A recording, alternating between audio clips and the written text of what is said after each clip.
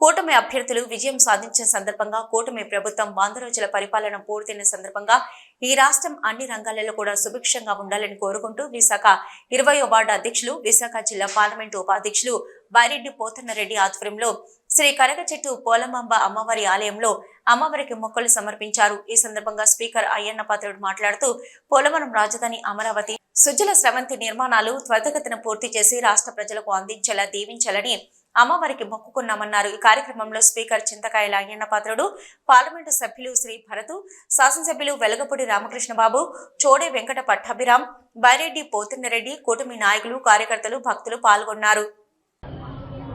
పోలమాంబ అమ్మవారిని దర్శనం చేసుకోవడానికి రావడం జరిగింది. కారణం ఏంటంటే మన ఎన్నికల్లో అమ్మవారి ఆశీర్వాదం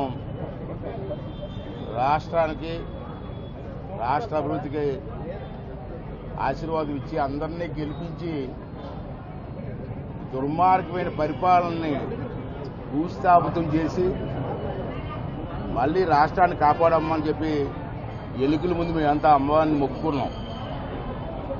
అంచేత ఈ సందర్భం ఈరోజు ఎందుకు వచ్చామంటే 100 రోజులు పూర్తయింది ప్రభుత్వం వచ్చి. ఆ సందర్భంగా అమ్మవారికి మొక్కు తీర్చుకోవడానికి ఈ రోజు రావడం జరిగింది. మరి మన ఎన్నికల్లో మీరు చూశారు, రాష్ట్రంతో పాటు ఉత్తరాంధ్ర ప్రజలందరూ కూడా వారి ఆశీర్వాదాన్ని ఇవ్వడం జరిగింది. మా అందరికీ ప్రభుత్వాన్ని గెలిపించడం జరిగింది, ఈ రాష్ట్రాన్ని కాపాడడం జరిగింది. అంచేత అమ్మవారిని నేను మొక్కుకున్నది రాష్ట్ర ప్రజల్ని, ముఖ్యంగా ఉత్తరాంధ్ర ప్రజలకి అమ్మవారి ఆశీస్సులు ఉండాలని చెప్పి మనస్ఫూర్తిగా నేను కోరుకోవడం జరిగింది.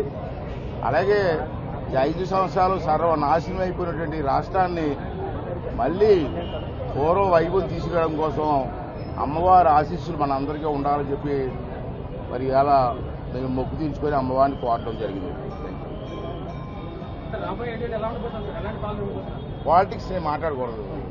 100 రోజులు ప్రజలు ఎలా ఉన్నారని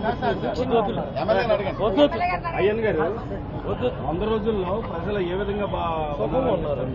ఇప్పుడు మీరు ఒకటి చెప్పాలండి, అంటే పాలిటిక్స్ మాట్లాడకూడదు కాబట్టి మాట్లాడలేదు. నేను యాజ్ ఎ స్పీకర్గా 5 సంవత్సరాలు జరిగిన నష్టాన్ని 100 రోజులు పూరించగలరని ఎవరన్నా? అయినా సరే మా సాధ్యం ప్రయత్నాలు చేస్తున్నాం. చంద్రబాబు గారు రాత్రి పౌరులు కష్టపడుతున్నారు, మేము అందరం కూడా అది సహకారంగా ఉంటున్నాం, ప్రజలు కూడా సహకరిస్తున్నారు. మీరు చూశారు 3 నెలల్లో 1వ తారీఖు పెన్షన్ ఇచ్చాం కొన్ని లక్షల మందికి. అది చాలదండి పరిపాలన విధానానికి వచ్చుతునక. అంతే మళ్ళీ రేపు నుంచి మళ్ళీ పోలవరానికి కూడా కేంద్ర ప్రభుత్వం నిధులు ఇచ్చారు. అలాగే 1 by 1 చేసి రాత్రి పౌరులు కష్టపడి 5 సంవత్సరాల్లో రాష్ట్రాన్ని ముందుకు తీసుకెళ్ళడానికి ప్రయత్నం చేస్తాం. ఒకటి మాత్రం నేను కోరుకున్నాను, అమ్మవారిని మిగతా ఎలాగున్నా కొంచెం మెల్లిగా చేసుకున్నా పోలవరం ఉత్తరాంధ్ర సుజల స్రవంతి అలాగే రాజధాని ఎట్టి పరిస్థితిలో ఈ 5 సంవత్సరాలు పూర్తి చేసి ప్రజలకు అందించాలి. దానికి అమ్మవారి సహకారం, ఆశీర్వాదం కావాలని కోరుకుంటున్నాను. దానికి ప్రజలు మీరే చెప్పిన ప్రజలంతా చెప్పుకున్నారని అదే విజయం. ప్రజలంతా ఒప్పుకున్నారు కదా.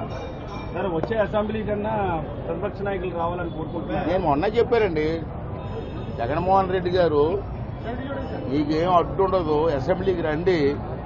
నేను కూడా చెప్తాను యాజ్ స్పీకర్గా, మీరు మాట్లాడాలనుకుంటే క్వశ్చన్ వేయండి, మీకు అవకాశం ఇస్తాను, వచ్చి మాట్లాడండి చెప్పి స్వాగతం పలికా. ప్రజల కోసం రాష్ట్రం కోసం, అంతేగాని ఇంట్లో కూర్చొని ఏదో భజన చేసుకొని మాట్లాడి తప్పు కదా. అదే మాజీ ముఖ్యమంత్రిగా మీరు రావాలి, ఎమ్మెల్యేగా రావాలి, మాజీ ముఖ్యమంత్రి నువ్వు వచ్చి రాష్ట్ర సమస్యల గురించి అసెంబ్లీలో మాట్లాడడానికి అవకాశం ఇస్తాను. నేను ఇస్తాను, నాది బాధ్యత, స్పీకర్ గారి బాధ్యత ఇస్తాను. Thank you.